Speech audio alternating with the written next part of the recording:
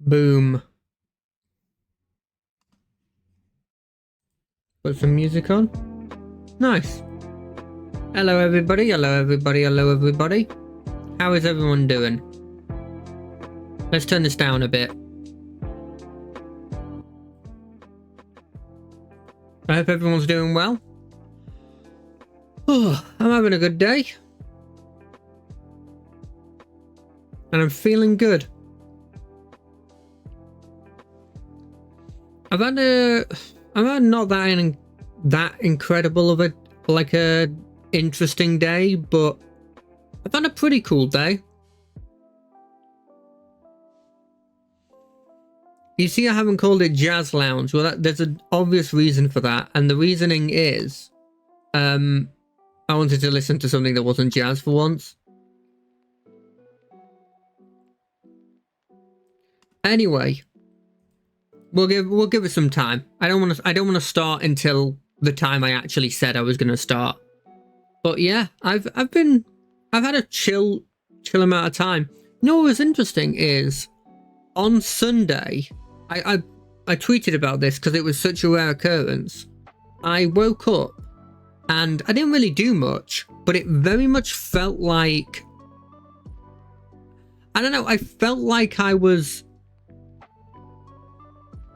doing stuff. Like, I felt like I was getting recharged properly. Now, I constantly get recharged over the weekend. That's the whole point. I get, you know, less energy every day, and then it hits the weekend and I recharge on the weekend. That's just how it works. But this time around, I woke up not incredibly early, like technically later than when I'd wake up on a weekday, but it felt more significant. I felt like I had a load of time, and even though all I did was watch Elden Ring that day, because that's literally all I did. I just watched Elden Ring. I watched I think over maybe I was skipping a couple bits because when they were fighting a boss over and over and over and over and over again, I was like, okay, I'll skip a couple of these bosses after I sort of figured out what the moves of this thing was and its designs and everything. But I think I watched some total of 20 hours, skipping occasionally, of Elden Ring, watched all of the new DLC. Bloomin' hell, I'd wish I could talk about it to no end, but there is a chance that one of my friends who are both doing streams playing it could be listening, and I don't want to spoil it for them. And also to everybody else, of course. If you're playing Elden Ring and you've come into the stream and you find somebody randomly spouting about the final boss and the lore implications, or like this incredibly crucial NPC or something, it's gonna put you off. Like, you're gonna get pissed off, and I don't want that to happen. So I'll talk in general terms. I love this new DLC. I love the stuff in it. The lore specifically. I love the world. I love the fact that they've taken what everyone assumed to be true and they've just gone, nah, that's not true. And they take people, they're taking good people and they've gone, but this side. And then they're taking bad people and they've gone, but this side. And I won't go into it anymore because I would be verging on spoilery territory, and that what I said just then might be too spoilery already, and I'm sorry if it is. But I had a really fun time watching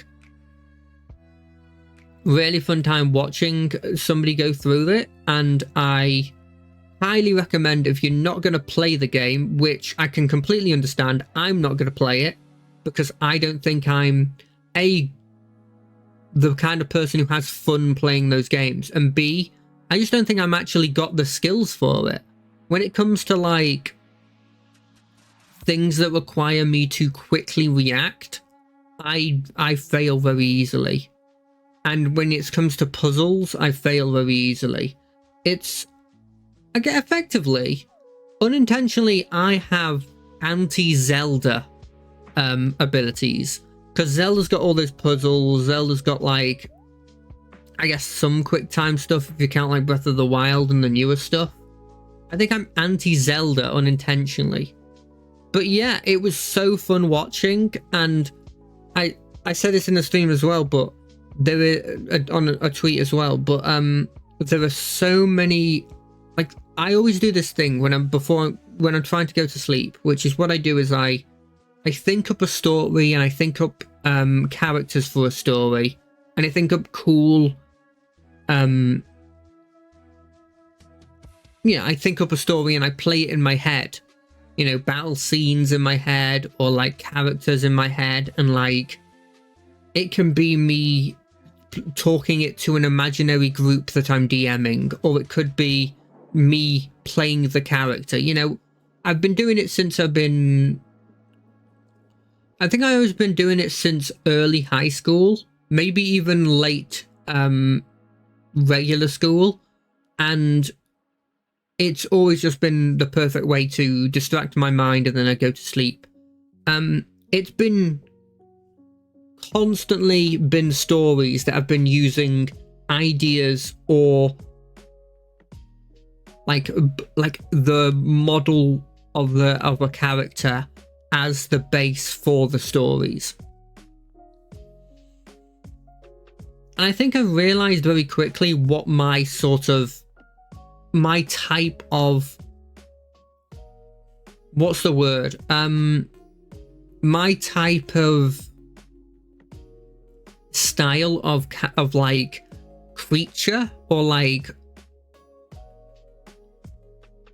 you know how people are like, oh, my thing is Gothic Knights, or my thing is like, I really love Gothic Knights, or I really love like mutated like alien, like from the movie style things. You know, they have a type of monster or character that they normally gravitate towards. I think I've realized my type for that. And I don't think it's spoilery to bring this up, but my type is nature, evil nature, or nature fighting back. Like the less obviously like pretty, and there can be like a sort of like dark beauty to it, but that kind of like evil nature, it's my thing. I've realized it's my thing. Anyway, let's actually get into the game. So this is the new weapon. I've tried it once. It's really interesting. What you can see is, instead of switching visions, you have like two guns, and so you shoot one with the normal shoot gun, and then when the thing that used to be switch weapon, the right mouse button, is now just shoot the other gun. And when you're shooting both of them, the shots are very inaccurate, but there's a lot more of them because you're shooting two guns. What's really interesting that I want to bring up is this is the unique one for number 1, which the whole thing is when you're not shooting your cone vision. I think this one objectively is a nerf for me. I will never take this because I very rarely use cone vision other than the very, very start.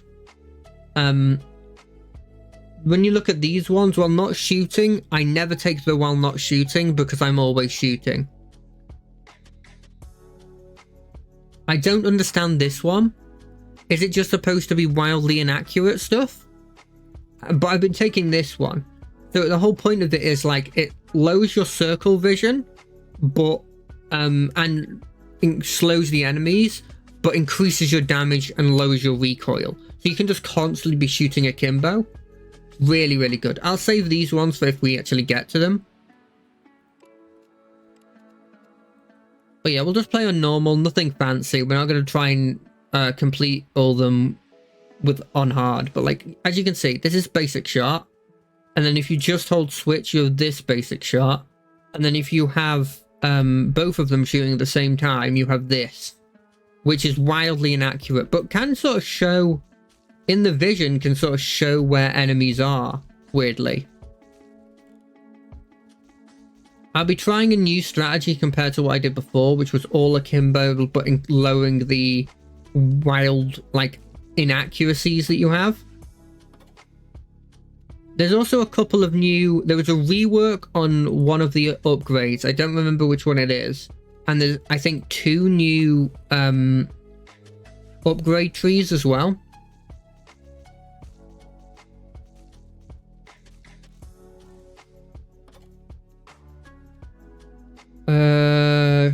I really like... This is one of the new ones. So every 6th enemy killed, like, spawns a meteor down, which does some damage, but bullet damage doesn't really matter because you're rapid speeding this attack. So it doesn't really do anything significant, but the vision it shows and the fact they take more damage when in the vision is not bad. I think I'm going to take shrapnel though, because I think the meteors are meant for low speed, high damage builds, of which I do not have with this gun specifically. But anyway, yeah, let's sort of... I'll talk through my week. And if you're in chat and you're like, I want to talk about my week as well, feel free. It's only because there isn't a ton of people that actually come and talk in my stream that I only talk about my week. The whole point of this is that anyone can talk about their week and go through what they've done. Anyway, Monday came around. I decided to unlock some weapons in Deep Rock. I think it was a success because overall I did unlock a new weapon, the double pistols, which I do prefer to my shotgun. I think it needs some upgrades, but once the upgrades are done, which I think I did in the actual stream, I think it's just going to replace my shotgun.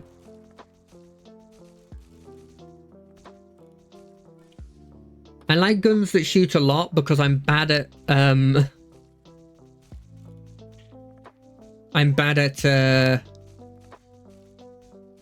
my accuracy with weapons, and also my ability to talk, but that's another thing. Anyway, yeah, so we did that, and I was lucky enough that one of my friends who's always great, he always joins the chat when he has time, and I always appreciate it when he does. He decided that he'd like to join, and so it was really nice to play through. Play through the game, and on Mondays have someone actually in the call to talk to. It was great. I had a load of fun. All I can say is there's an obvious reason why Onyx has got affiliate and has done it in such a record speed. Honestly, both of my friends have done it in like a speed I didn't expect.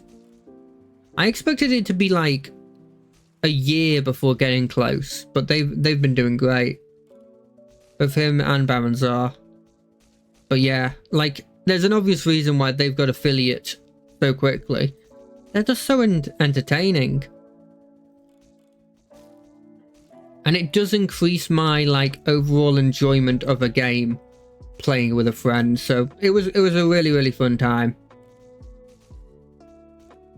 And it was completely spur of the moment as well, which is surprisingly a lot of the time. The amount of times I've been talking to friends and some sort of spur of the moment thing has come up, and it's been like unironically like one of the best days in my life. Like it's been so fun. And then obviously, as I feel like a lot of people would do, I immediately go, okay, let's try and do that again. We've had one good day like that, and let's do that again. And then it's just, you know, it's not been the same because it wasn't a spur of the moment thing.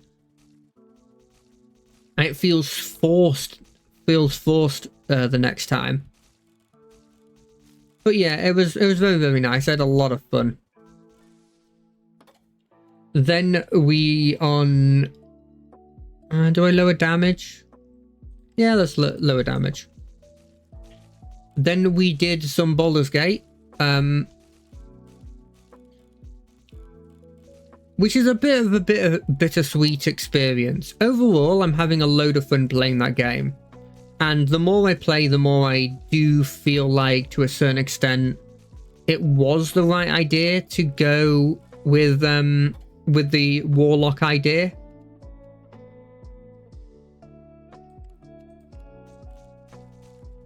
Because the Warlock just has access to all the skills I want access to. Whether it's the ability to talk with animals or the high persuasion, while not like completely destroying the build.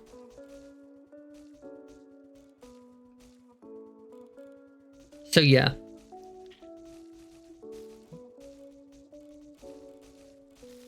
I'm glad with what we did.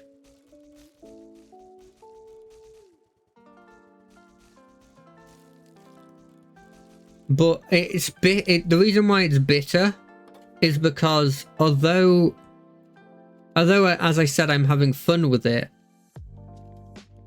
we also have the situation that's been coming up where there was we did a lot of progress in it, and then after we did all that progress,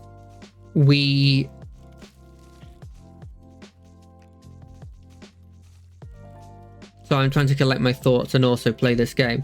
We did a load of progress, then we hit a point and a bunch of our characters died, and I was like, there's no point in doing this. We'll go back to a previous save.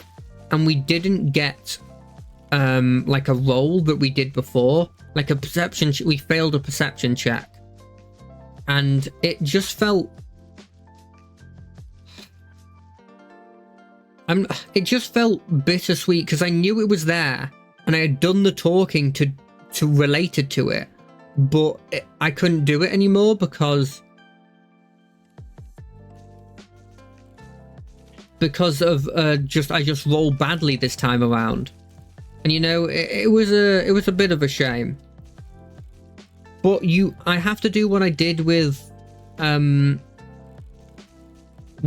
lot of the characters in Rogue Trader, what I did with Cassia, and what I did with Argenta, where I just gotta sort of suck it up and realize that that's just not part of my story, you know? If I want to see the stuff related to that, I'll have to watch someone else play.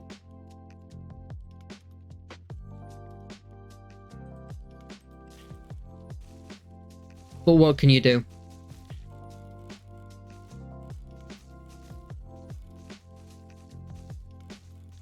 But yeah, overall, I think I've been having a lot of fun. I'm sort of in my head, based on the characters I know that exist because of playing through most of the Act 1 before, I'm sort of building my party of people I like, but also that would actually make a good party. So obviously you don't want all the backline to exist. You want some people taking the front line. What's this? Pierce through infinite enemies, dealing 100% more damage for each pierced. Yeah, let's try it.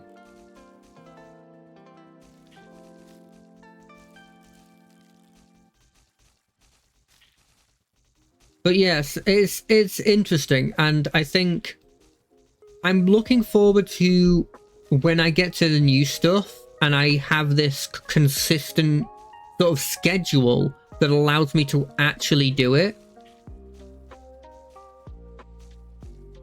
Because it's one of those situations where now I know that if I put this on the schedule as my long-term RPG game, I'm not going to stop it halfway. I'm going to get through it. And so there's a part of me that kind of wants to put on a load of RPGs that I half played through. And what I mean by that is I got to a point, oh. Okay, maybe I didn't have the damage I needed. I got to a point and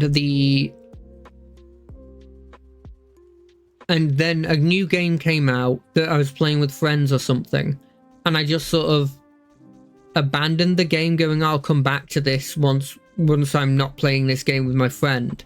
and then I just never came back to it.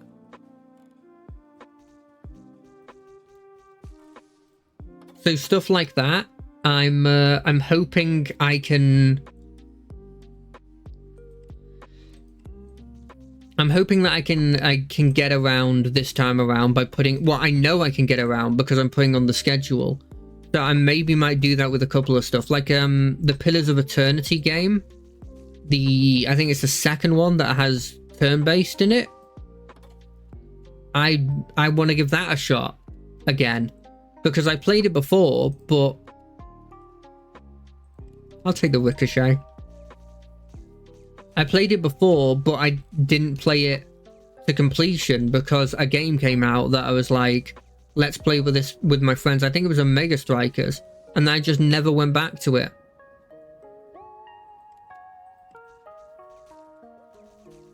So I'd be interested to see if maybe I put something like that up, assuming there's no big game that comes out before then. Like, I mean, the new Dragon Age, I might, if whenever that comes out. I know we've only seen a trailer for it at this moment, but that's a definite for going on the list because I played Inquisition and it was quite fun. And so playing through another one of those would be interesting. Dragon's Dogma is always a possibility. This is just a bonus. Like it does. I'm never killing something in one shot. So Dragon's Dogma is always a possibility. I know there's generally a lot of like dislike for the Dragon's Dogma 2 game. In fact, I was watching somebody who was playing Elden Ring, and they actually said that Dragon's Dogma Dark Arise, which I think was the previous game, they believe to be a better game than Dragon's Dogma 2, and Dragon's Dogma Dark Arise was like blimmin' like 10 years old or something. Like, it's an old game, which shows what some of the vitriol that is sent to Dragon's Dogma 2.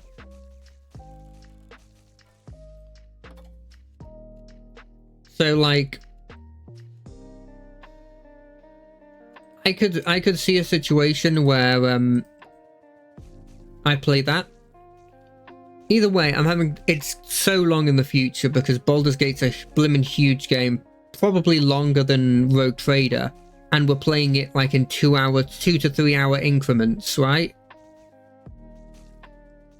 So it won't be anytime soon, especially with the sheer amounts I want to like explore in that game, whereas Rogue Trader was a bit more of a linear path. That increases my damage even more. Yeah, why not? So yeah, we'll see. We'll see. But either way, I had a really, really fun time.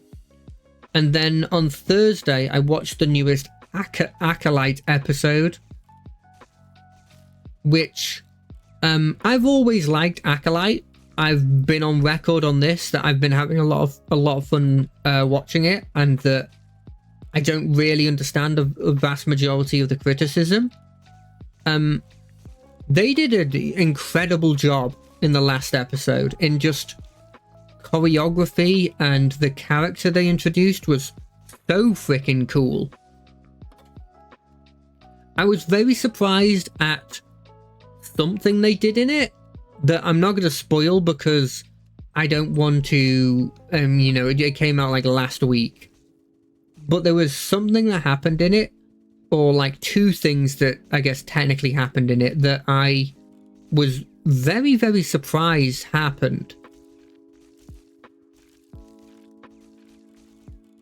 And it was, I'm not sure if it was the right decision, but I'm honestly, the amount of twists and turns and stuff they're adding, like, is it like the next big thing? Probably not. Is it pretty damn decent, and that if it didn't have the Star Wars name on it, people wouldn't be being as pissy as they are? 100%. 100%. I think there's this weird assumption that it's not everything I wanted, or so I'm not gonna watch it, or it's horrendous, or it's like we should hold a funeral for the universe because of it, which I think is insane, like absolutely insane. There's some very decent characters in it that I've, over the 5 episodes that have been there, I've actually grown like quite, like I quite like them. Like Soul, for example. I think he genuinely comes across as a very nice guy.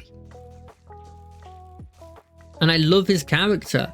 The actor that is playing it, obviously I've never seen him before because apparently he'd learned English for this role. Which I think is insane, by the way. What insane dedication. But he's great. He's great in his job. Like, the fact that you know that to a certain extent he is just like copying what is being like told to him. Like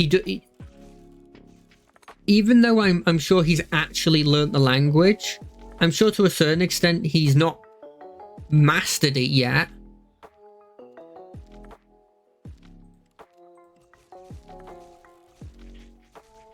He's done incredibly. Like, he's absolutely incredible.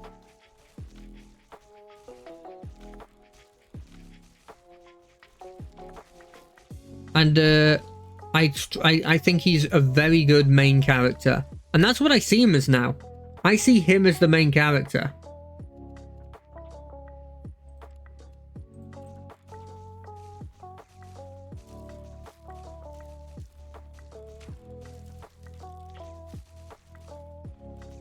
Anyway, it's been really fun to watch, and I would strongly suggest people give it a chance. Like, go in there without any predispositions to hate it or anything, and you'll come out of it and you'll think it's pretty okay. Like, it's fun.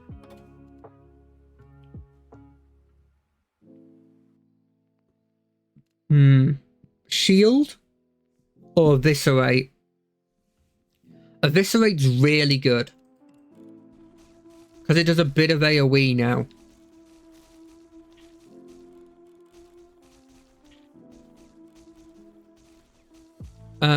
But yeah, that's what I did on Thursday. I watched that and a bit of Elden Ring. Which, I'll be honest, everything I've been doing over this week has been something and then a little bit of Elden Ring, right? So I have to preface everything with this plus a little bit of Elden Ring. Like, watching a little bit of Elden Ring. So yeah, that was really, really fun to watch. Then Friday, we did some Neverwinter. We started the Elemental Evil cult story. And, you know, it has, I'll be completely honest, hasn't 100% impressed me yet. Obviously, give it time. It's still in the, effectively, like, the prologue stage, like, the very early stage of the story. And I wasn't really into the story of the Undermountain that much. I don't even know if I'd really say I was into it at the end either. I never really understood because the final boss didn't feel like the final boss. It felt like a extra little bit. We didn't beat 2 of the main people, which was weird. Anyway, it was there was a lot of fun mechanics in it, so I'm interested to see how they do the elemental cult stuff. I can see improvements to the game, which I'm really happy to see in this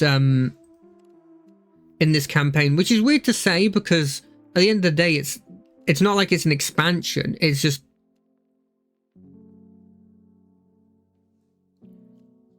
like it's just like the next campaign. But I guess back in the day it would have been an expansion. But yeah, that's been very fun to play, and like I think I'm slowly getting the hang of stuff.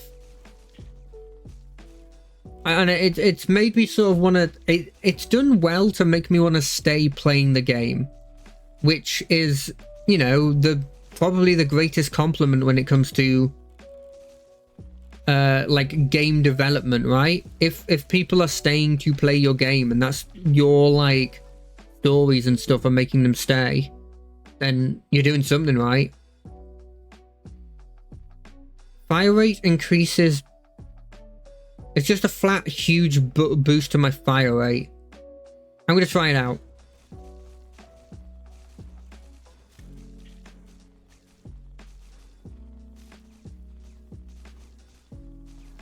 Random shooting.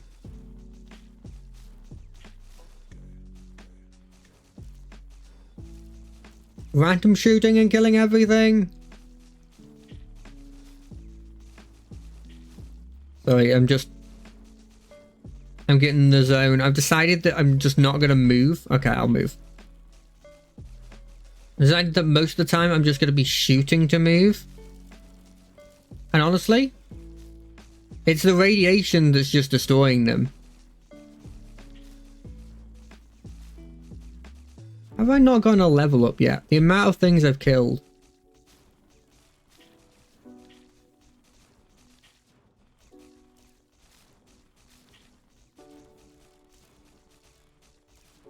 Anyway, yeah, so it was really fun to do that. I think I cut it a bit shorter than I'd normally go. But that it goes with a change that I've done to bring it in line with the other streams, which is to bring the timetable down to a regular time of like 2 hours instead of 3, which I feel like it's just fair. Like it means that I don't completely use up all of my time on the weekend stuff just for it, because like, no, well, I want to do other stuff. At the end of the day, this is a fun hobby, but I don't want it to dominate my weekends, right? That's why I don't put streams scheduled on the weekends. Even though statistically it's probably the best decision, because, you know, everybody's like off at that point, and you know, has a decent more free time. But you know, I'm sort of fine with how it is at the moment. Well, I say that there's still definitely some things I'd like to improve of the overall like what I don't know what you'd call it, like the quality of my stream, because there's definitely like I've been saying this constantly, but I'm not particularly happy with my mic quality at the moment. I just wish I could isolate just me, because it does get a lot of the stuff around me and in addition to me, which is never great. Every enemy killed by a plasma charge will increase his damage and range. I don't feel like that's happening often. I'll take the radiation damage.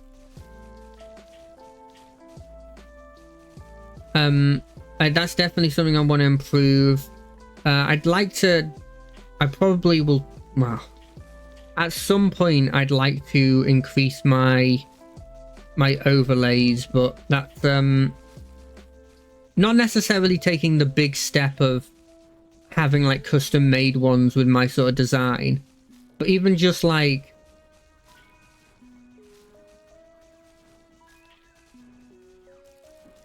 making sure that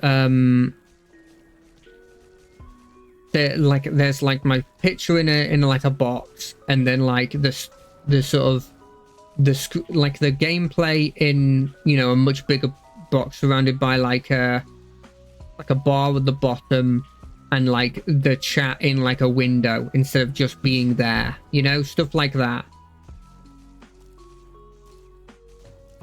It's something I would very much like to do. But that's a future thing, you know.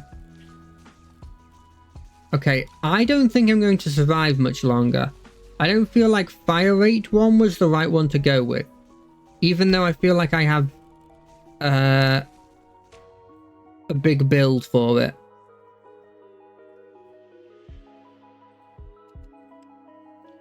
Telling you, it's a blimmin' streamer's curse. First one I did this, I just completed it. It wasn't a big problem.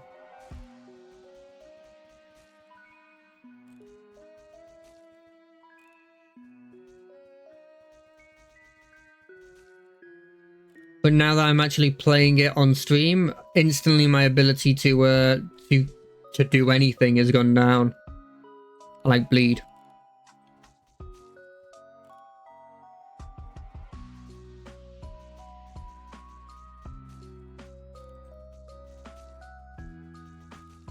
I think it's still faster even with a less accuracy by doing this. I really do like shrapnel, but I want to be able to see more things coming. See more?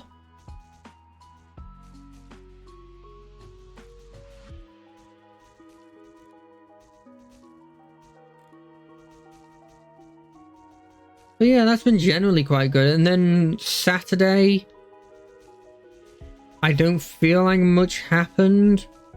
I watched a bit of Glastonbury, which was quite cool. I felt like, and maybe this was just me, and maybe I'm being overly cynical.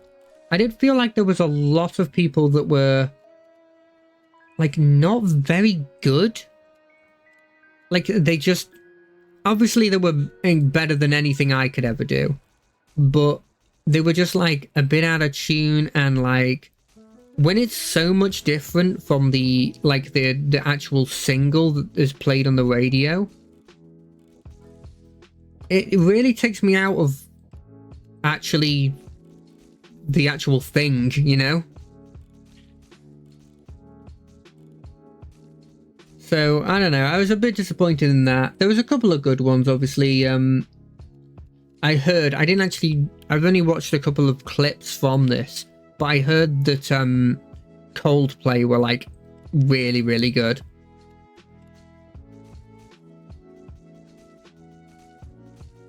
And that, like, again, even though they've done it so often, they were great at headlining. Heard Shania wasn't that good, but I also heard something about there being problems with her like headphones, or like her being able to hear herself. And so it could have been a situation that it was like not 100% her fault.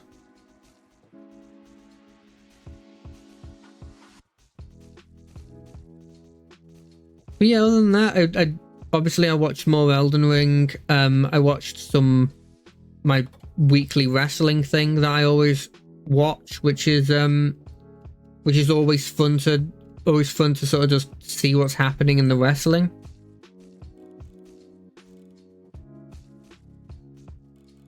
It's yeah, it was generally a decent Saturday. I didn't play too much. I got a little bit of Magic the Gathering sort of grinding in, because I do want to try doing another draft again, just to see if I can get any better. Because I do feel like I need to at least get a win in draft, or something. I don't know, maybe I just forced too quickly, but I don't want to just have 3 losses again. So I've got to give it another try. I don't want bullet damage. I think bullet damage is arguably a debuff for me. Do a reroll. Yeah, sure. I don't think burn is a debuff for me. I like status effect build.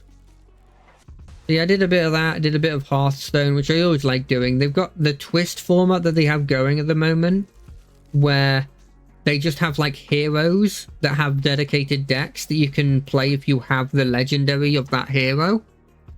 Such a great idea.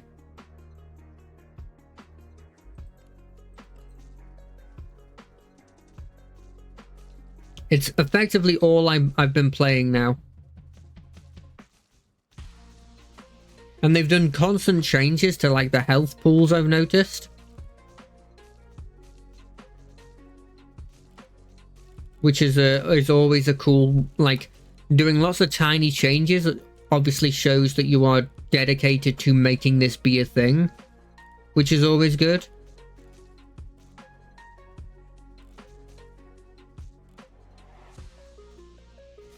So yeah, I generally just had a very, very chilled, relaxed, like, weekend, which was a bit of a rarity for me in these past couple weeks. Not that they've been overly busy, but like, I'm the kind of person that I can't really concentrate on anything until movement speed. Yeah, why not? Like, I can't concentrate on relaxing if I'm looking at what's happening and I'm seeing that there's something in the middle of the day that I have to do. Like, I have to finish everything to then concentrate on relaxing. That makes any sense. And so although I haven't had a lot of stuff to necessarily do on the weekends, there's been that one thing that has like... No. I guess damage isn't too bad.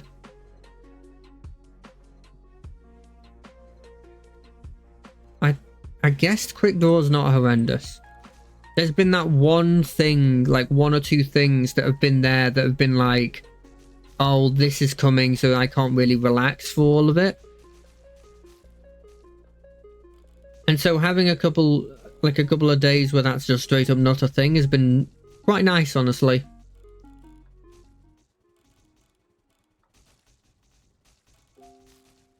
I also, what was quite good was,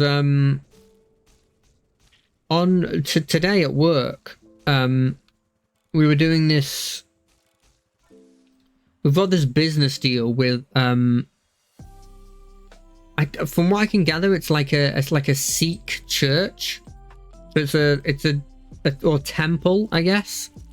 It's a Sikh temple, but there's like a load of trustees, and so we've got something going on with them. And so one of our managers went down last week to, you know, sort of deal, like they were doing their trustee meeting. And so he went into it to, you know, sort of check to see, you know, so meet all of them and tell them about what it is and check if they want us to represent them, right? And he brought back, and he brought them in today, this I don't know what the name of it is, but it's like this Sikh dessert.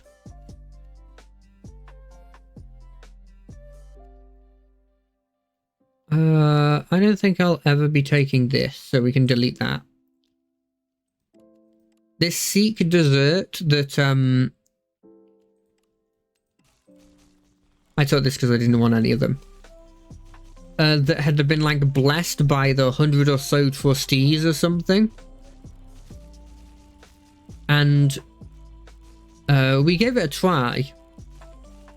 It's got like I don't remember. I don't know the name, but it has like honey, ginger, and it had a quite like heavy cardamom taste, and not really my thing, if I'm being completely honest, but it was cool to try it.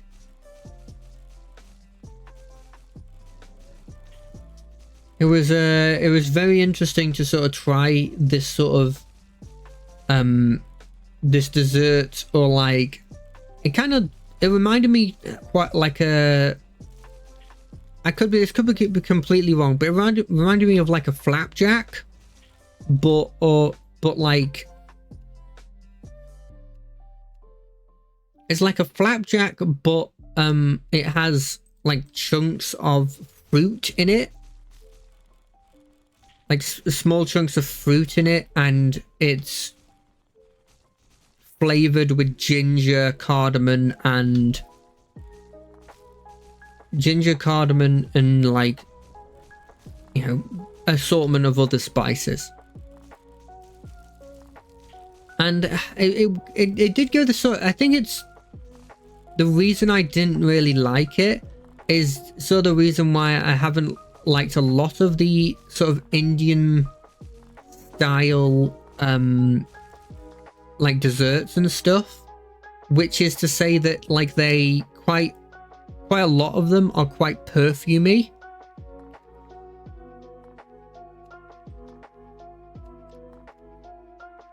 Yeah, I'll take the quick one. They're like, I guess it might be the cardamom, or it might be like something else that's used quite a lot, but like it has this sort of taste that sort of lingers in your mouth, and like to me it tastes like you've eaten perfume, and it's just not a taste I like. And so I didn't really like them, but you know, they've gone for that effort of making it and also getting it blessed by like everybody there, so you know you got to give it a try. It was quite interesting. It's quite interesting to have, like, it's not something you're ever going to have again, so it was very interesting to see. While not moving, movement speed is increased and any of my enemies are frozen for a second. I'm not even sure if I want this. I took this last time, but I feel like it was a detriment. Do I take this again? Why not? If I wanted, you do it for the memes. If I wanted to be accurate, I wouldn't have picked any of the things I'm picking.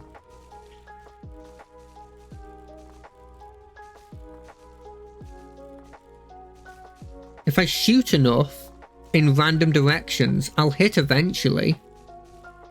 That's my logic. God, the speed I can get with like using my recoil to increase my movement speed is kind of interesting.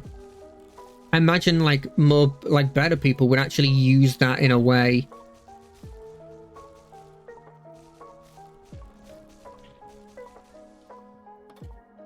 What do I want? What do I want? Glow? Probably glow, so I can see more.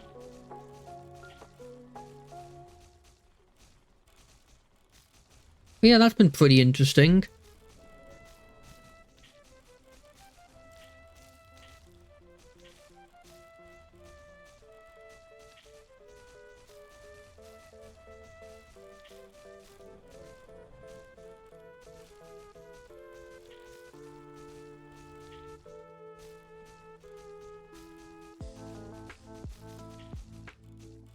Tell you who I felt sorry for though, getting back to the whole Glastonbury thing, is I've seen people talking about, like, there's headliners for it, right? And I've seen people talking about it, and it's like, you know, they talk about how Coldplay did incredible things, but like they brought what is his name? Is it like Michael J. Fox or something? Like the dude who played the dude in Back to the Future. They brought him on stage, and like they would like properly, you know, it's Coldplay. They're always going to do well, right? They're always a solid person to choose. And I've heard people talking about the other headliner, but in, I guess, a bad way. With just how, what was it? Is it Cyndi Lauper? I think it was Cyndi Lauper.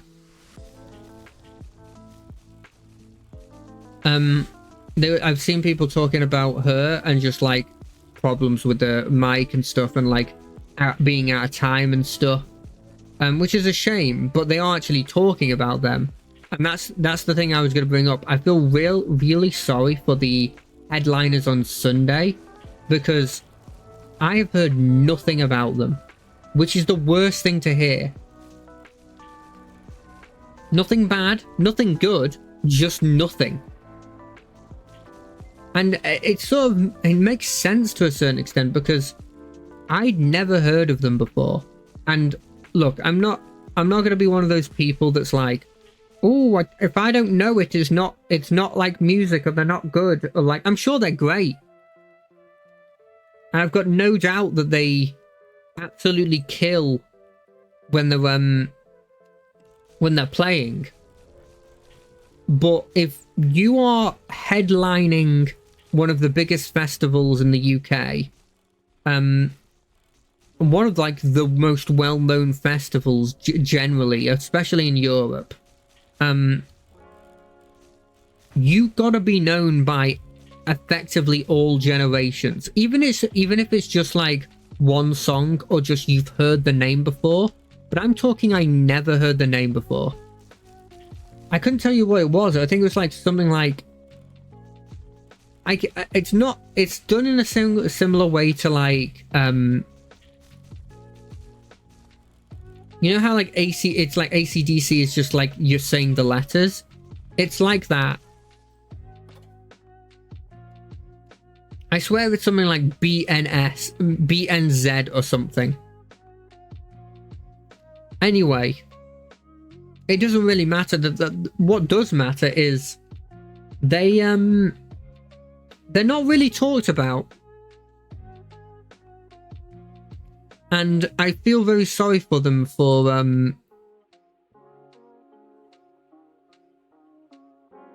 what's happened, because I just think they were wrongly put in that headline position. And they could have put some of the other people that weren't in the headline position in that position instead, and it would have been fine. And that's the thing that's just really sad about it, is that they could go on to do like incredible things and stuff, right? And they might have already done incredible things, but this hasn't. I don't think this has particularly helped their situation.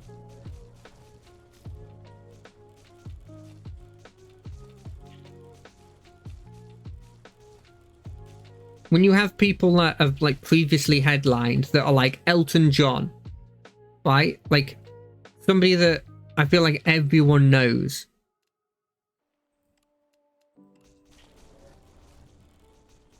You have somebody like Kylie Minogue.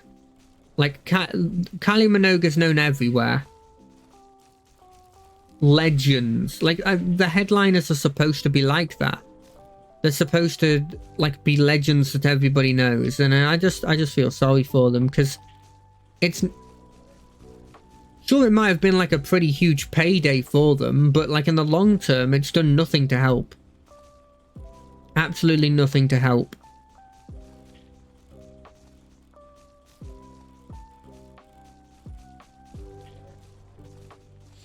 It's a big shame.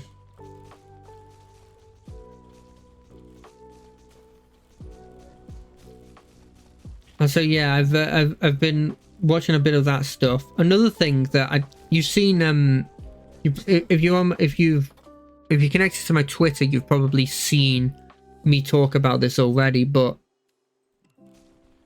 I've been also keeping up with all of the stuff related to the D&D new stuff, right? And look, it's obviously marketing tool stuff, and I always have to preface it with that whenever I talk about this stuff. But I've been having a really good experience listening to the vast majority of this stuff. There's a couple of exceptions, obviously, but I'm kind of lucky in the sense that it's exceptions on classes that either I still think are fun, even though I feel like they've been weakened for no reason, or ones I just straight up never play. So, for example, the Paladin, which I've talked to at length about on other streams, so I'll keep it relatively concise. The Paladin got a huge debuff to itself because of the Divine Smite feature, not just being like you can do it any number of times and you choose when you hit them. It's now you choose when you hit them, but it uses a bonus action which limits it to once per like round, which is a huge debuff. but they can still choose when they hit. But yeah, it's a debuff that when you're looking at everybody else who seemingly is getting, they're seemingly getting just so many buffs, it feels a bit out of place.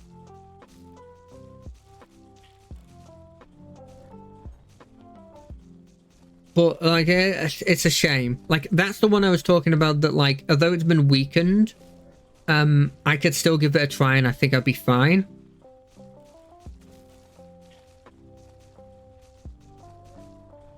The one that I feel like has been, I guess you could say it's not been weakened. It'll still see a lot of play.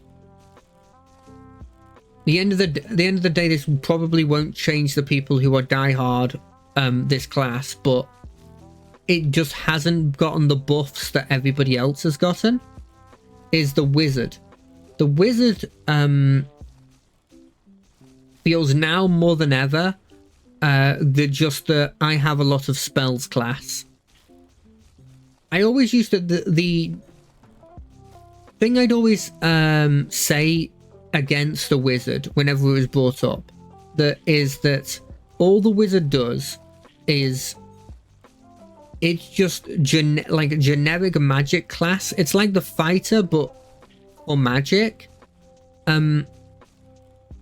But unlike the fighter, I see no reason to play the wizard, because every other class that has spellcasting, in my opinion, just does it better, because they get access to spellcasting plus unique abilities dependent on whatever class you've gone, that makes them wizard plus.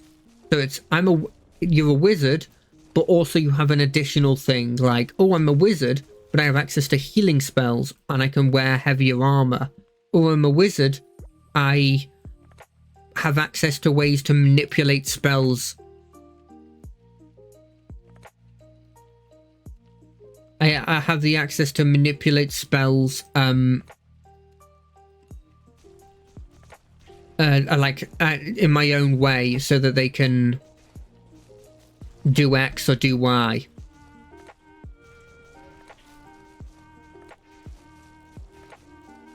Or like I'm a spellcaster, but I also have this passive ability to inspire my friends to do X or to do Y.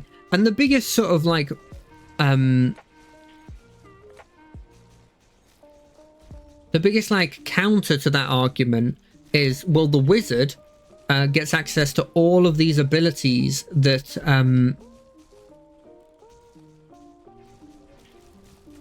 has access to all of these spells that just like no other class has access to all this number of spells.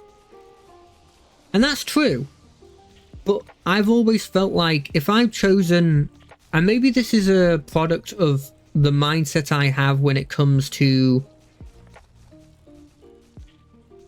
when it comes to how I make a class in general, in like games and stuff. But when I look at what kind of class I want to play, I look at what kind of specialization I want to do. And so if I want to heal, I choose the classes that have access to, you know, the best assortment of healing and or spells that I want to cast, and then I choose that subclass and or subclass. Whereas the wizard's whole shtick is like, but what if you wanted to do everything? But I never want to do anything. I want to specialize in these kinds of games, because if I have the ability to do everything, what happens is one of two things. Either I can do everything and it pisses off everybody else in the group because I do everything better than them who have specialized, and so they have no like job in the group. Like the party is just me doing everything. Or what happens is I can do everything, but I can't do it as well as the people who have specialized, and therefore I'm never in a situation where I have to use that, like, any of my skills, because all the other skills are covered by other people.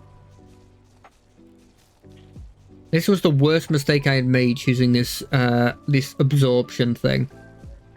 I just didn't read it. I thought it absorbed enemy bullets. I obviously haven't taken it in a metric while, but in a blooming while, so it's annoying.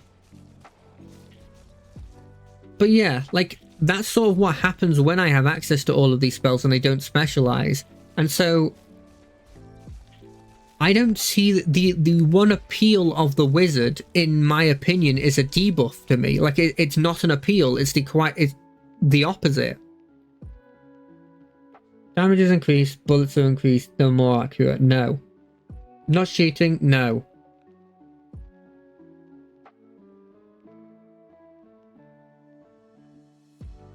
Sure. I've got a big gun on the back of my body. A gun is a bullet. Anyway, so yeah, the wizard never appealed to me, and then what they've done here is they've assumed the appeal of the wizard, and it might be, but it's not how you're gonna get me playing it. Is they've just gone, well, let's double down on the spells mean everything, and so the few abilities it has gained that are new and interesting are just, what if they had more utility when it came to, like, switching out their spells or have access to spells. Problem with that is that was never interesting to me. And in fact, what I did like that they've arguably gotten rid of is the subclasses being at the start all the different, like, wizarding school types. So you had, like, conjuration, you had, like, illusionary, you had, like, necromancy, and so it was like, choose which one you want, and then that's where you sort of specialize into your school, and you can do the other spells because you're a wizard and you have access to everything, but it's easier for you to use these spells and gain new versions of these spells, and you have abilities that work around abilities that, like, complement what most of these spells do, right? But they took that away for a bit more generalized subclasses, which, look, I'm not a huge fan of. They're cool. Some of them have cool abilities, but it felt like it took a bit of the flavor away from, I'm a wizard. I feel like he's holding this gun differently now. That's cool. It felt like you took the bit away from wizard that I actually quite liked, and you've replaced it with subclasses that have cool abilities but feel less specialized.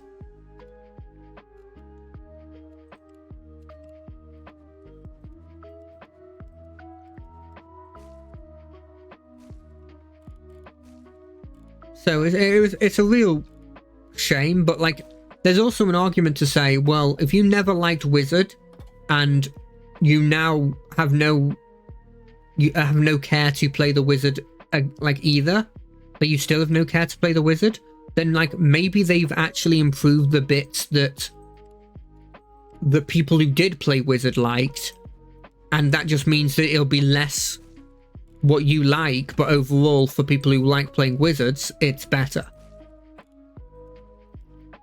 Which I could see the argument for. I will say that when I was watching all of this Player's Handbook stuff, I was watching it on a stream with like somebody who's a well-known DM on the stream.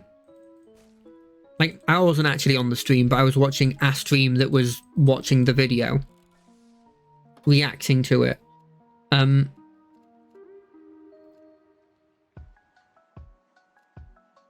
their general opinion was very similar to mine, which was, this is boring. So I don't think that one's true.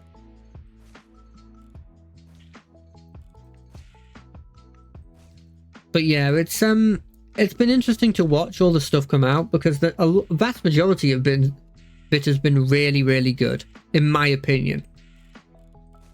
I can't believe I didn't get hit there. The vast majority of it has been interesting, but I think the bits that have been disappointing are where it feels like in playtest they have taken either they've taken a problem with the class, like it being too powerful, or like not fitting the class, and they've had no mercy in like getting rid of it, or they've focused quite heavily on a bit that they necessarily shouldn't have focused on, because that may have been what a lot of people were using in that class, but that wasn't the identity of the class. It's like when you look at especially the Unearthed Arcana versions of Ranger that they had made like originally for this book. You see very quickly that they initially started with Hunter's Mark being such a big part of the Ranger, and it's like, look, the vast majority of people who play Hunter play Ranger, they do take the Hunter's Mark. There's no denying that, right? But I would say my argument would be yes, but that's not their whole identity. The whole identity is being able to survive in every like environment, and to use every environment to their advantage. Like, they are the survival kings.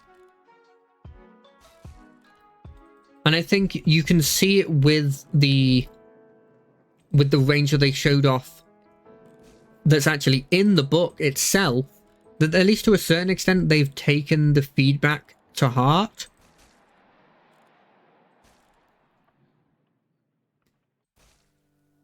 Because goddamn, like, is it got a lot of survivory stuff in it, which I'm a huge fan of.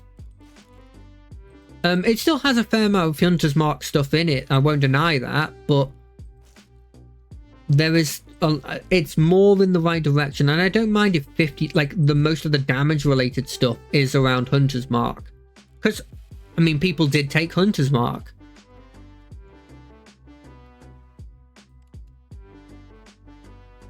There's no denying that, like, people took Hunter's Mark a vast majority of the time. Let's take this. I hate projectiles, and I always get hit by them. So yeah, it's interesting to see that stuff, and some of them you can properly see. And I will say, this is one of the rare times you'll see a compliment about Wizards of the Coast from like people in general, because they're not very well liked at this point.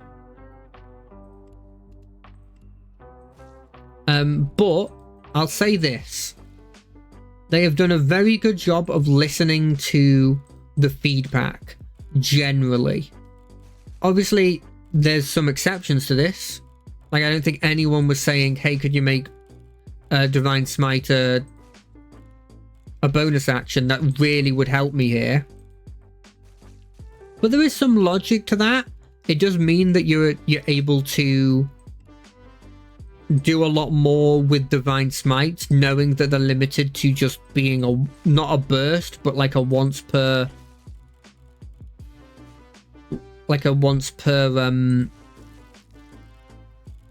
turn kind of thing. It means you can make them more powerful. You can add additional effects to them. You can build the class around Divine Smite being a major part of the class, other than the fact that, like, you just got it early level and that was all you did. Now it's actually like, no, this is a large part of your class.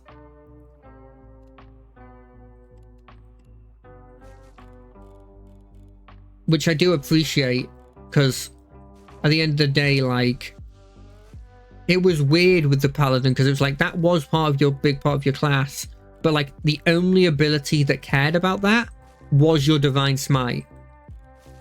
all the other ones were just related to either defensive properties or like sensing abilities. And I do like that your divine smites now, what they do is they can have additional effects now with subclasses, which is very good. They've done that, a similar thing with the sort of sneak attack option on the rogues, which I do appreciate, because I think that does give them a bit more like variety.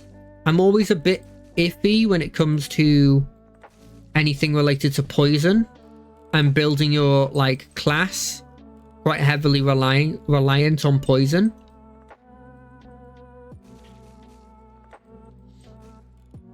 Because when that happens, to a certain extent, there can be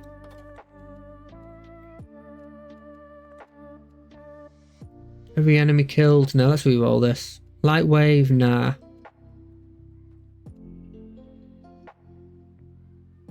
There can be some problems with that because unless they've changed how a lot of the monsters are statted, which is entirely possible, the vast majority of things are immune to poison in some capacity. And a lot of DMs will also just add immunities to poison into their characters. Now, if I will change my opinion on this, if the vast majority of the monster manual stuff, even the high level stuff, has like resistances to poison and maybe like immunities to being poisoned, like the poisoned condition, because that's fair enough. The poison condition is kind of insanely good, and so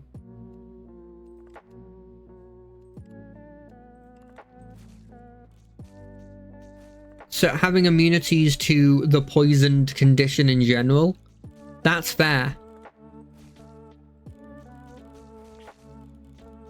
That's a fair thing to do, because you know it's like paralyze, like it's a pretty scary condition. So I do appreciate that, but I don't think that'll be true, because I don't think with late game they just like to tack on immunities to poison damage, which is, it's a shame. But generally the other ones have seemed quite interesting, like the ability to, as the arcane trickster, like I've hit you with sneak attack, now I'm going to attempt to try and trip you, and because of my ability, when I try and trip you with my sneak attack, I also can try and trip somebody else, because my mage hand sneakily tries to trip them over. Such a cool thematic ability. Gives the arcane trickster more than just I'm a rogue that has access to spells.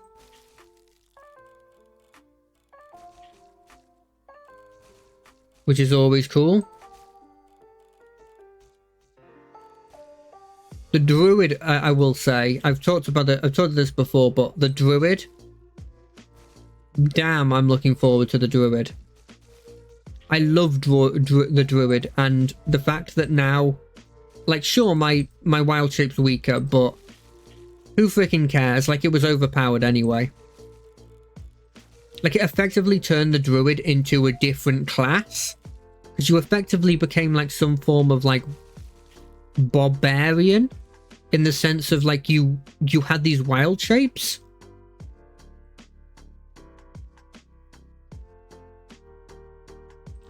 You had these like wild shapes that you did that just gave you a second health bar and just absolutely like turned you into like a melee king, with all the variety of choosing whatever animal that beast you'd come across.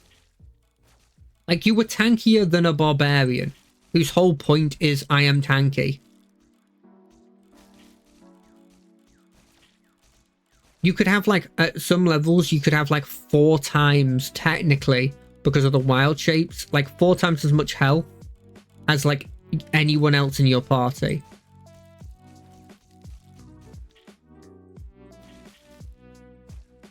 Like, it was insane levels. I do wish for there to be a class that maybe it's a martial class, but just allows you to turn into animals. The closest we got to it was the Beast Barbarian.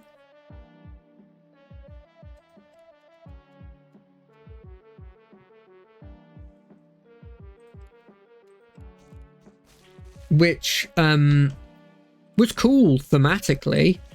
I just don't think there was, you know, it was the Barbarian, and the Barbarian generally in the 2014 Player's Handbook was kind of boring. Like, it just didn't really have access to a lot of stuff. What they've given it is actually quite interesting, with the whole brutal swing, which is just like, hey, you can reckless, but you just choose not to take advantage, because instead you want extra damage or an extra effect. I do wonder, like, it does feel very bad when if you reckless attack and you just don't hit. You know what I mean? I feel like definitely even more so if you reckless attack. Like, when you reckless attack, if you don't hit, it feels horrendous, right? But because you're reckless attacking, and before reckless attack gave you advantage, statistically, that very rarely came up. So it wasn't a huge deal.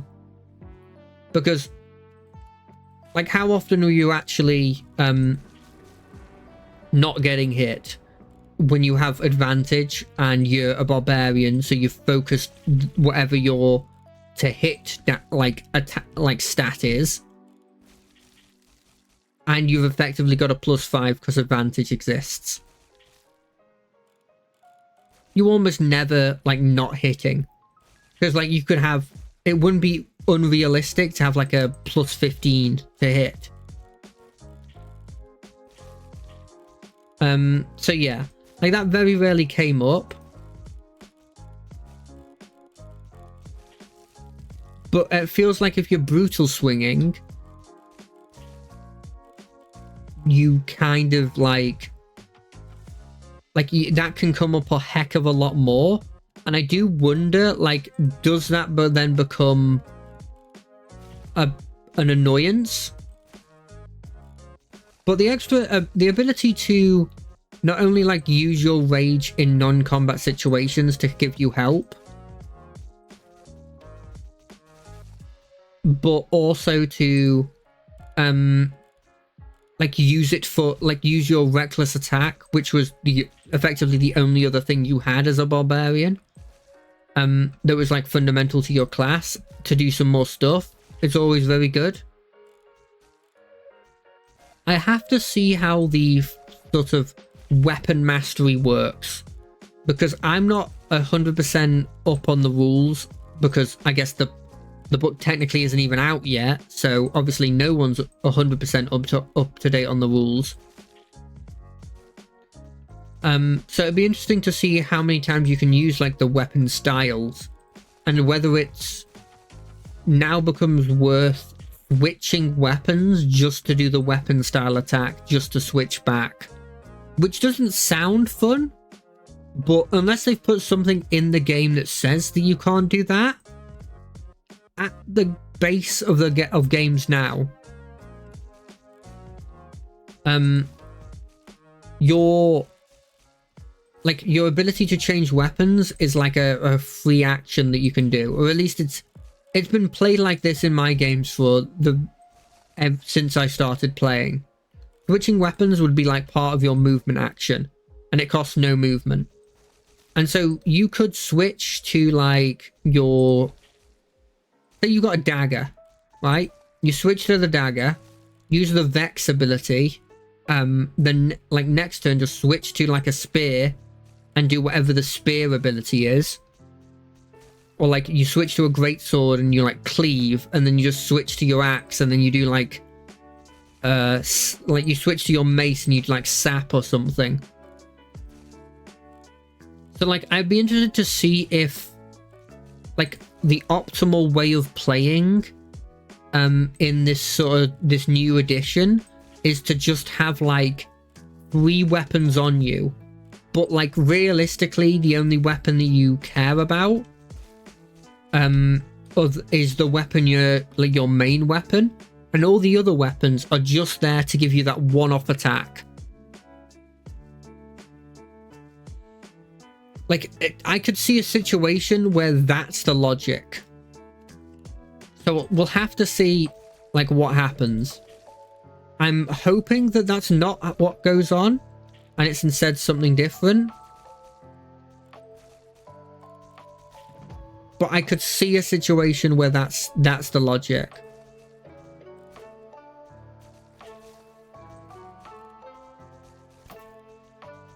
Sorry about that. So it'll be interesting to see, and it will like the fighting style, the weapon mastery is very, very heavily brought up in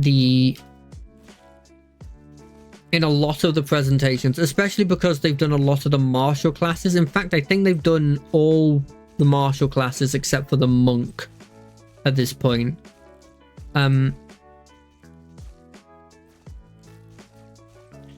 Which is interesting.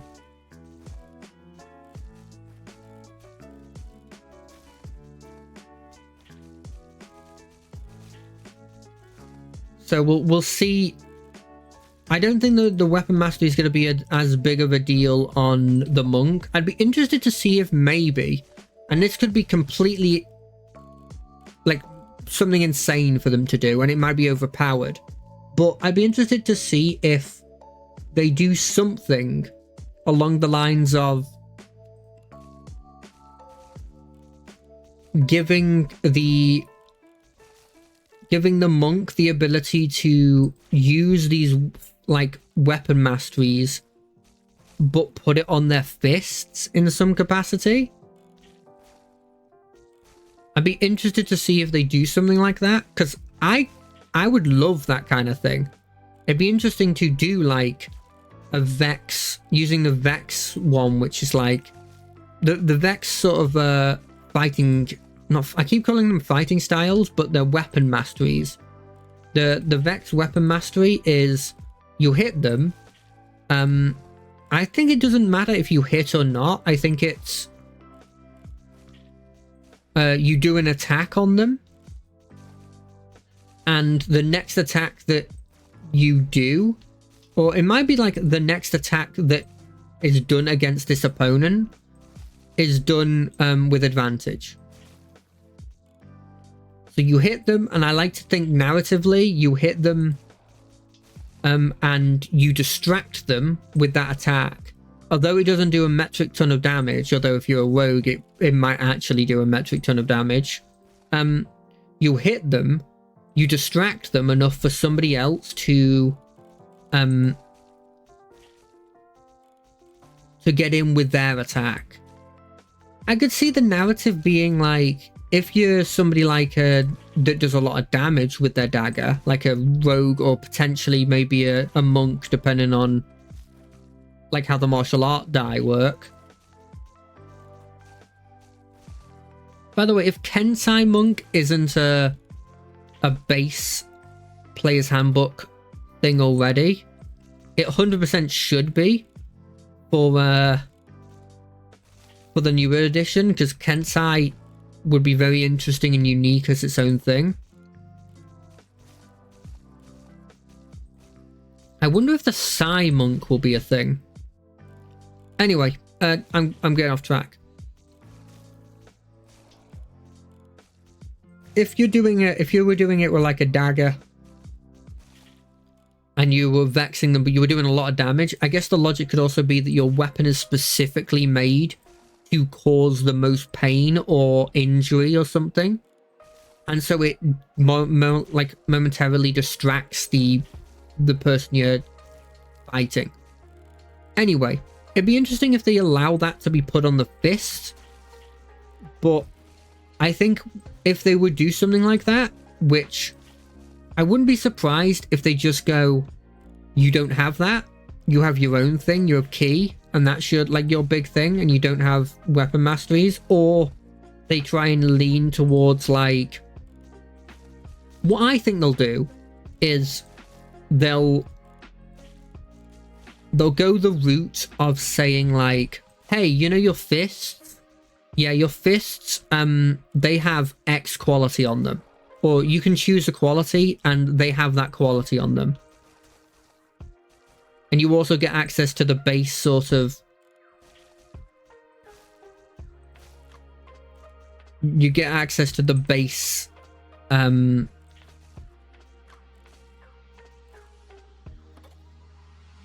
weapon mastery that everybody else does. That's what I think would happen. Now, that's all a guess. I could easily see a situation where they go, screw it. You can do your like weapon mastery can be your fists. I could also see a situation where they go, no, screw it. Like you're gonna get enough as the monk anyway, and if it's anything like the Unearthed Arcana, then 100% they will. Because they were able to like... There was some way that using key that you could have like...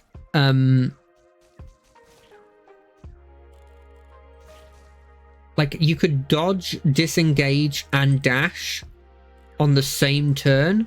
And I think also just... That was just with a bonus action. No, it was using your whole action. You could dodge, disengage, and dash in one turn, which I don't think was ever possible before, and very rarely would come up. But I guess if you're trying to run away from something and you want to take the off chance that like you're on low health and you don't want the chance that he'll hit you with a ranged attack and finish you off, you would want to dash to run away from the person, so in the fastest way possible. If he's in combat with you, you want to disengage so that he doesn't attack you. And then you want to dodge so that his ranged attacks don't hit you, or are less likely to.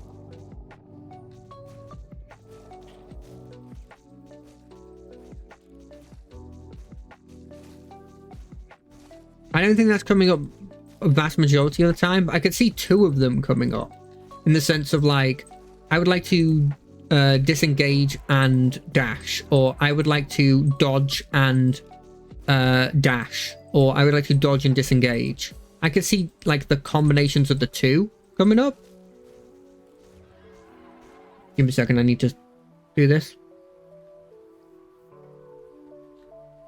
But yeah, it was it was very interesting seeing that kind of stuff and sort of theory crafting. And I'm going to try and convince my group to like at least do like a one shot with the new rules, especially for the Warlocks rules, because the Warlocks rules are really, really cool in my opinion. Like, I unironically, like, more than ever, I want to play a Warlock, and not just for the lore reasons, which would always be the reason why I'd want to play a Warlock.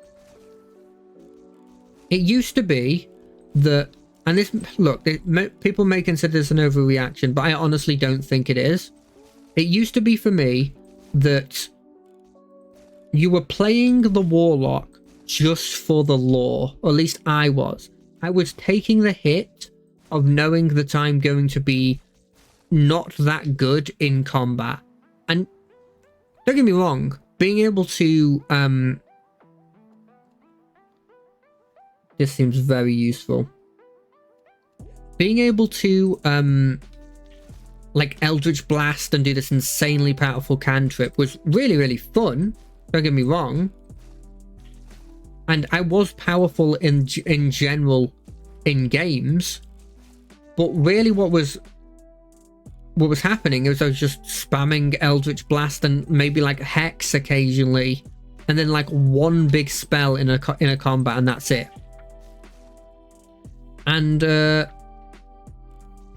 needless to say, that's kind of boring. And that's sort of what I felt like I was sacrificing. To a certain extent, it was the same for Barbarian as well.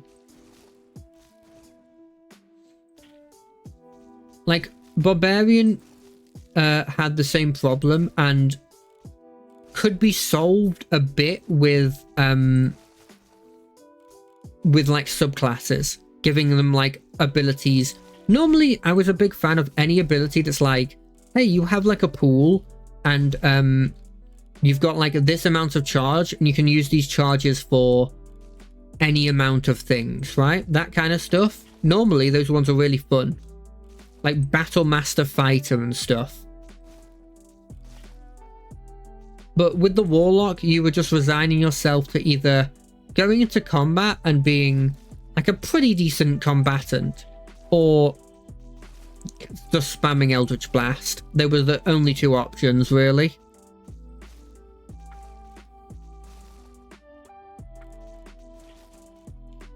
And that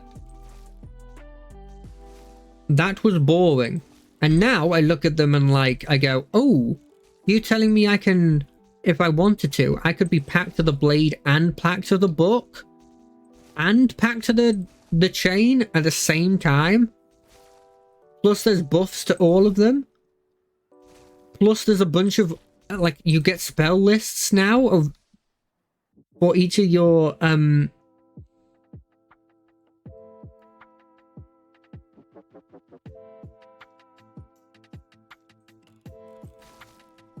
plus she like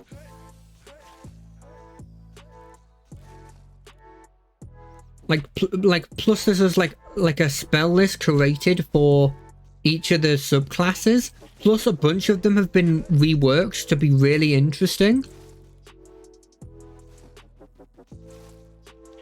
and actually give you access to like cool abilities.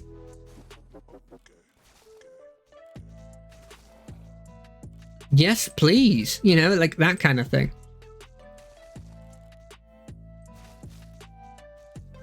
I'm interested actually because one of my complaints about the book, and sorry, I always go back to D&D, but it's something I feel passionate enough to talk about for long periods of time, so it's always my default. But one of the things I'm kind of looking forward to that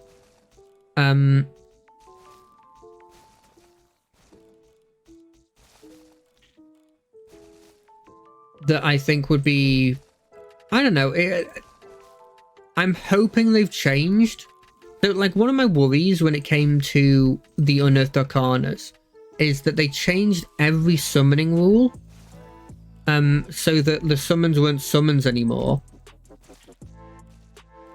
Well, that was a worry. That's another worry. The summons weren't summons anymore. They were like passive effects that went like an aura that like, and so you'd put it down and it'd be like, in this aura, once per turn, heal somebody for like 3d6 or something, and you'd concentrate on the spell. And it was just, that's what the summoning spells had become. And that felt horrendous to me. Because I love summoning, even if it's bad. Which, the vast majority of the time, it is bad. They do not have the health to be able to tank stuff.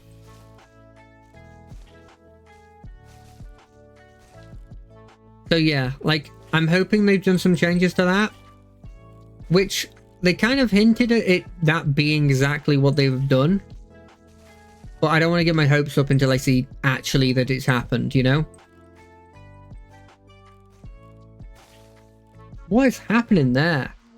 I guess if I don't have my double damage, I don't kill. You reckon it's something like that? I need to increase my bullet damage then. Like this.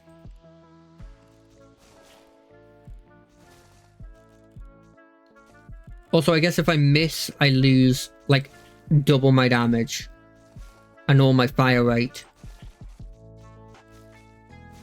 Which I know is a bit counterintuitive to what I had said previously of the, like, yeah, I like stuff that shoots a lot because I'm not accurate. If all I'm focusing on is accuracy, I do okay. I swear I took the thing where if they're in my area, they're slowed down. But you wouldn't be able to tell. Because that dude's faster than me in my area.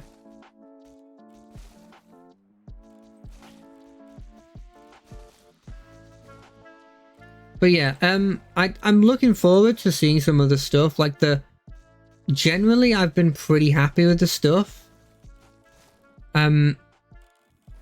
With some apprehensions because we haven't seen the specific rules. I'd love to, when it's all out, I'd love to do like my review of the whole thing. But I'm not really sure what the legality is on a book that's just come out about rules, just posting effectively the full rules. Like on a stream effectively, because that's what, at the end of the day, that's what it could be, and they could easily argue it to be, where I'm just reading through the rules with everybody, and it's like, well, hold on a second, you're just showing the rules to everyone. Now, admittedly, there's thousands of websites that do that already, but there was some logic to that, because for a lot of them, they were either showing the base rules, which, you know, is free for everyone to use,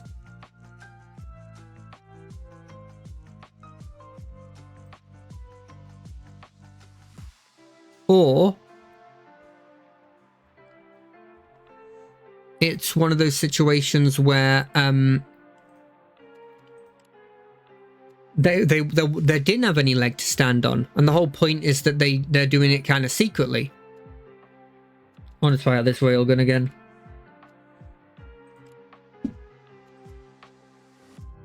So I have to look into it, because I would love to give my own personal review of the classes, because I did that, like that was what my original thing I did, and it'd be really funny to do that, like going back to that after having a year of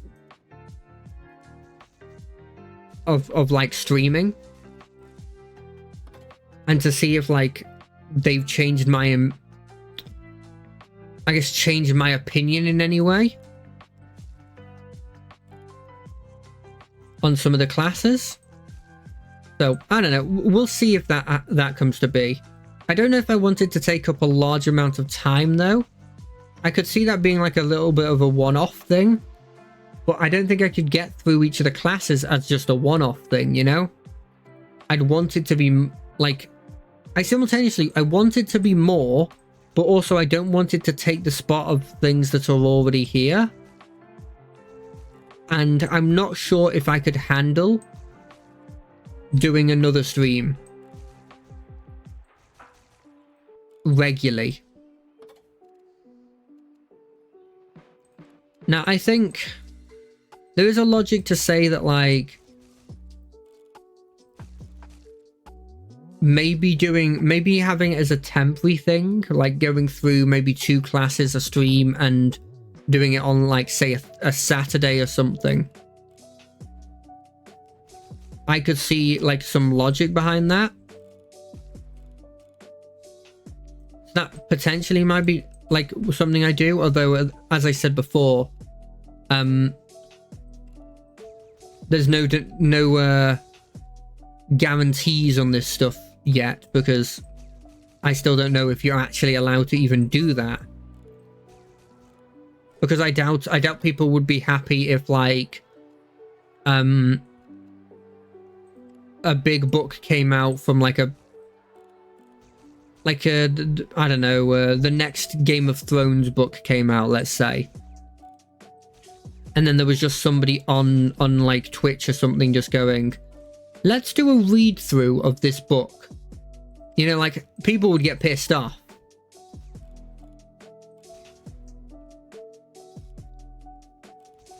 So yeah, like, we'll have to see, and I'd love to do it though, because it would be also just enough, like, getting me into the rules and like making me feel like learn them, like, because with D&D, I played D&D for, I'd say, a solid I'd maybe 2 years where I feel like I didn't actually know the rules, like 100% know all the, like, the things that you should know.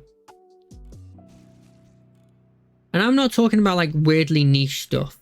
I think I knew what I needed for the class I was playing and then not everything else. I think now I'm at a point where, other than the niche rules and the niche interactions, I probably know the rules and have a basic understanding on a lot of things. Obviously, you still have to look up stuff and everything, but... Oop, let's just increase my fire rate. Because now I can spam it.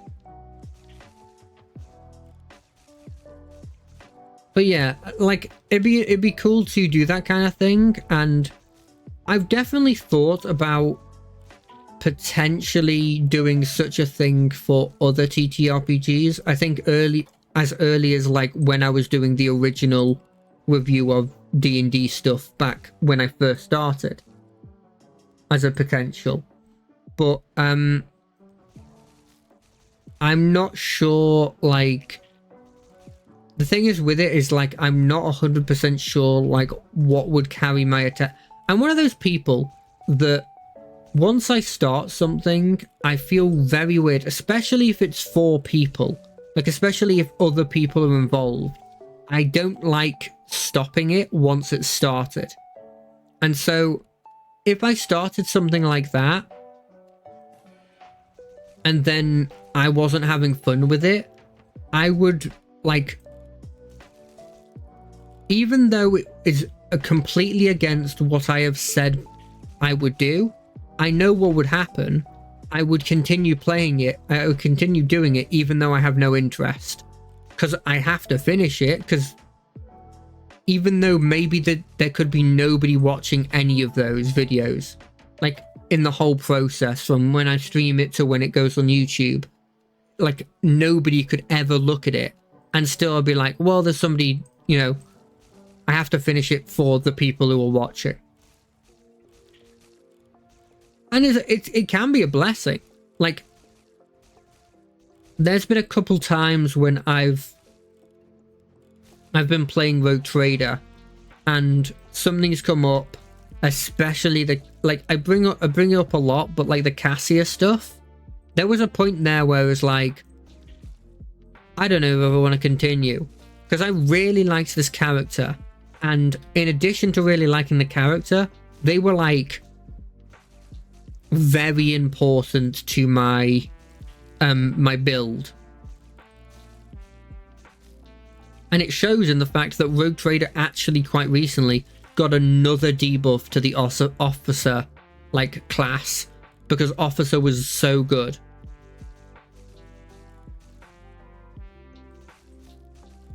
So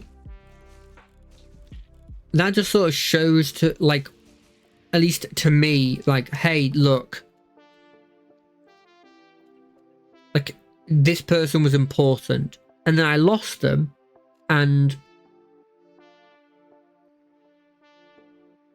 I was, you know, devastated. Like, it was horrendous. Like, it was what I would have done in the story, but you know, there was a solid point of that where I was like, I don't know if I want to continue this game. On nothing but my, like, sadness at losing this character. And my, like, I guess a portion of it was also my fear of not being able to win without them. But this is where I talk about it being both a blessing and a curse. A strong reason why I didn't just end it is because I was streaming it. And if I'm streaming it, then I know that, like, oh, there might be somebody out there who's watching all of them. And then if I'm sort of, I'm like the bad guy if I don't finish what I've started. Because they could be watching, like, they could be playing the game vicariously through me. Even though, when I've looked at the Rogue Trader stuff, like, it's not very popular. Like, it's not very popular at all.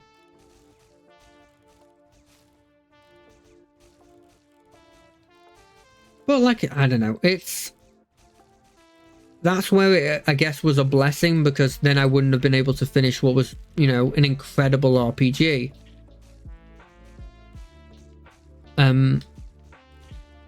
But I don't know. It's... Do I choose this? Is it good? I feel like I kill stuff relatively quickly. I think I want to just Gleam. I feel a bit like I can't see stuff coming. But it's also a curse, because that it would mean the same if I was playing a game and I'm having absolutely no fun with it. If I've put it in a certain like place, right? Like in my schedule at this point in time, like I have I guess, other than this one, I have the other two slots in it are filled with games with a long story that I'm playing through. If I had put, say, Elden Ring or something, if we want to keep it on like relevant stuff, if I put it on Elden Ring and I was like, I had originally said like, oh, I'm going to play this game, I'm going to try and get through the whole game. Like, I would have to continue to play just on the, like, just because I had said I was going to. Now, don't get me wrong, I'm not incredibly motivated when it comes to like out of stream stuff. It's more just like nobody's doing peer pressure on me, because nobody's actively saying to me, hey, you've got to complete this. But it's kind of like self-inflicted peer pressure, because even if I'm the only, like, I'm like, there's a good chance that I'm the only person watching it. But I'm like, but what if there is somebody there? And what if that person wanted me to continue this? And like, I don't know if you could... peer pressure was the word I chose because I felt like maybe that was the best one to choose. But I'm not 100% sure if that's the right word. But like, because I've said I'm going to do it, and because other people can like potentially have seen that I have said that, and they're not like people I know who know that, like, who I'm confident in saying, hey, I don't want to do X anymore, I don't want to do Y anymore.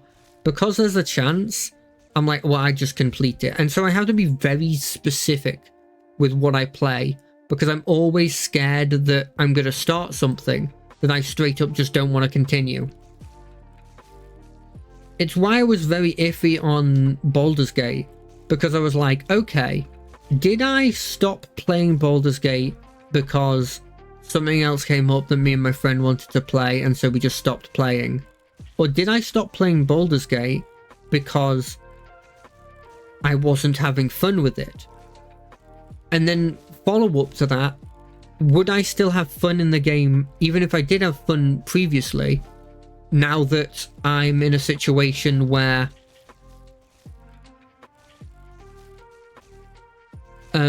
like I know the vast majority of the plot for Act 1?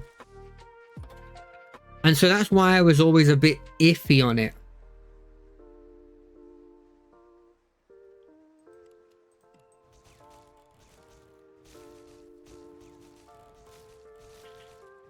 And I still am a bit scared, but like I was a bit scared with Rogue Trader, and it's like, I think my constant state is with a slight hint of like being scared. And I kind of think it's to a certain extent like a bit of a blessing, in the sense of like, it keeps me from, it makes me think of like the vast majority of the problems that could come up. And so at the very least, I'm prepared for them. It's not always perfect, but I definitely think that if I wasn't scared, there would be significantly less I would have done than what is that I actually have done. So yeah, it's interesting.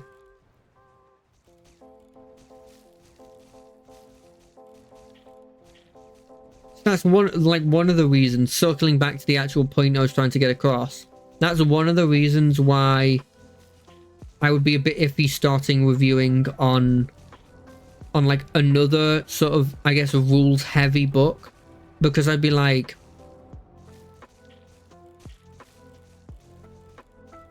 I wouldn't go in there A, with like any sort of reference, and B, I wouldn't be, if I started it and it's like to the level of, say, D&D is, like, if I was doing 2 of the classes, which by the way isn't the whole book, isn't actually the whole book. The whole book isn't just the classes. There's also like, I could look at the monsters and figure out that stuff. I could look at the lore.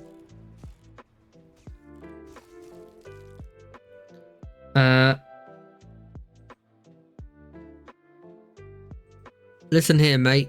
I'm not interested in this kind of stuff, and I do not appreciate being advertised in such a way. So I'm sorry. I'm gonna have to give you. I'm gonna have to go into my mod view, and I'm gonna have to get rid of you. I'm sorry.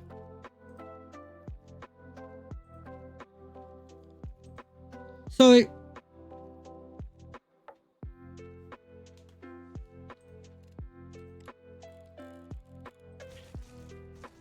I'm annoyed when that kind of stuff happens.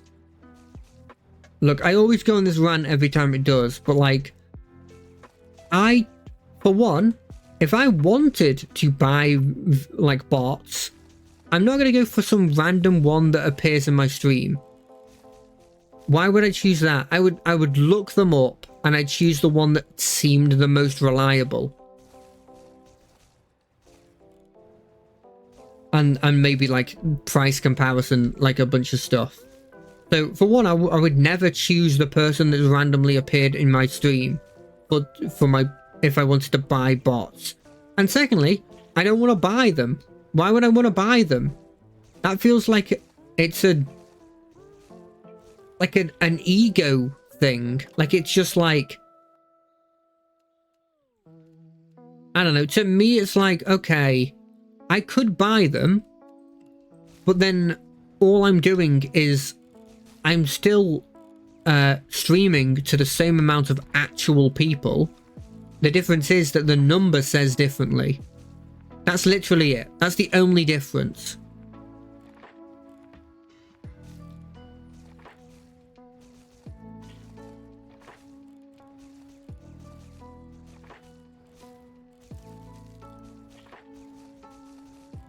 Why would I want that? I don't know. It annoys me when that sort of stuff comes up. It really grinds my gears because it's just like, come on, mate. It's just, sorry, it's pissing me off a bit.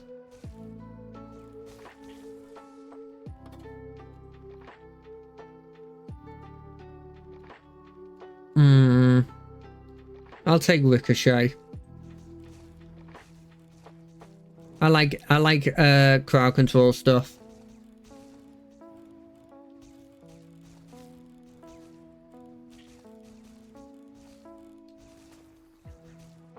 I'm thinking of maybe doing something special for my birthday, stream-wise. Maybe a longer stream, just because I don't really have anything to do on my birthday itself. A lot of the stuff happens later on. So I might do something on my birthday, which is early August, just as like a special thing. I don't know what I'll do. It's very likely to either be Baldur's Gate or Neverwinter, just because like that's something I could definitely play for a long period of time.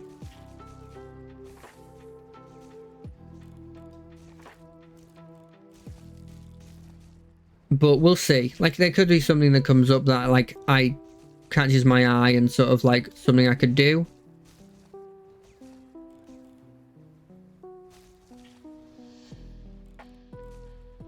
Well, maybe not. You never know. Like, I'm really playing this stuff by ear because I don't want to put myself down for something and then very quickly...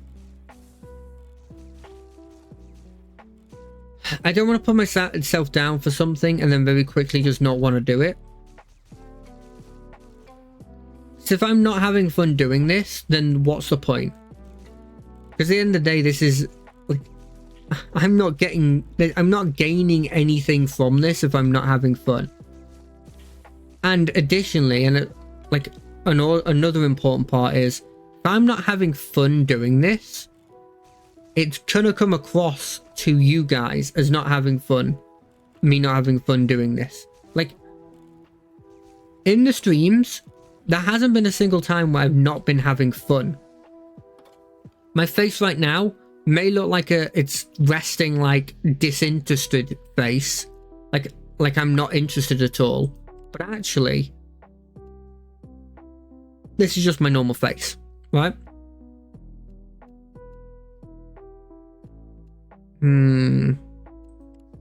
I'll do this. But like, if I was like not having fun, you'd see my disinterested face, and it would be obvious.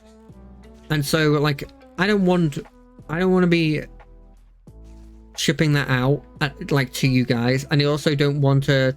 I just don't want to be doing those kinds of stuff. That's why I'm always a bit vague when it comes to this stuff.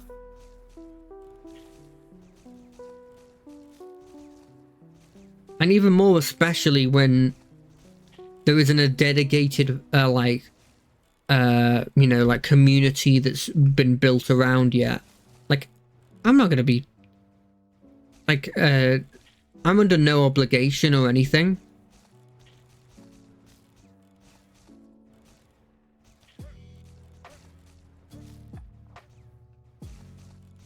So yeah, it's, I might do something, but I could easily not be, right? I could actually get some plans in place, but I highly doubt I'll get plans in place, but I also might just want to do what I like doing on my time off, which is just to sort of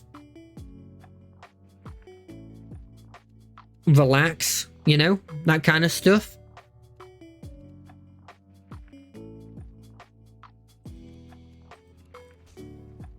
Like, relaxing and turning your brain off is so underrated to the vast majority of people.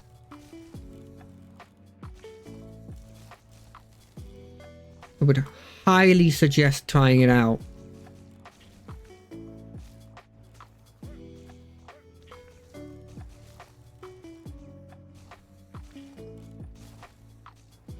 Although there's some stuff I would like to give a shot that, I don't know, like, would be quite interesting to do as like a little special event on stream.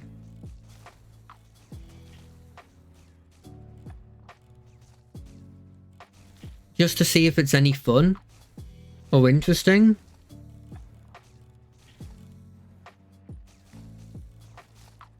But we'll have to see. Like, it would be literally, like, my ideas would be like doing a very, very basic, like, I trying to do some art kind of thing. Maybe using, I don't know what they're called, but like the sort of pixel art, sort of like, I'm sure there's programs in place for like doing some sort of like pixel art stuff. I think would be kind of cool to try out, and like, it'd be a really cool skill to be able to learn.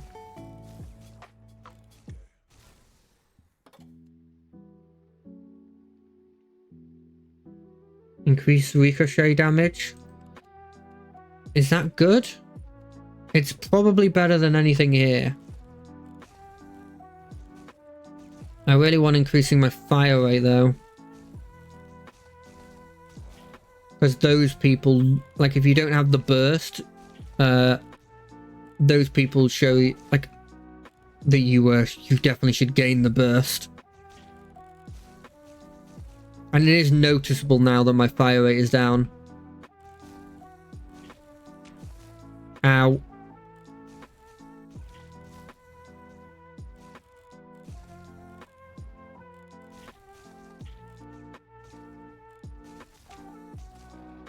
would also like, I didn't even think about it, but like, not just like classes, but also like the races I'd have to have a look at as well. I think races could probably, sorry, I guess they're probably not going to be called races. They'll be called like species or something. But in my head, they'll always be like race. Well, that's definitely something else I could do for the player's handbook. Sorry, my mind goes everywhere. Anyway, let's call it here. I gotta get some sleep. It's a long week ahead. And you know what? This has been kind of fun. I really like this weapon. I think it's a cool, like adding cool things that do different than everyone else is like what I want to see with all these other weapons. But if he keeps doing this thing of like new weapon, 2 new upgrades, new weapon, 2 new upgrades, that's going to be insane because there's like what, like 6 there. So that's 12 more upgrades and 6 more weapons. That's insane. I can't wait for that kind of stuff. I wish more people played this. I hope it's actually doing well. And speaking of doing well, I hope you do well for the next couple days. I hope to see you on Wednesday for Baldur's Gate. And if I don't, I hope you have a good couple weeks. Good year. Good life. See you then. And also don't try and sell me blimmin' bots. I saw you. And you will be banned.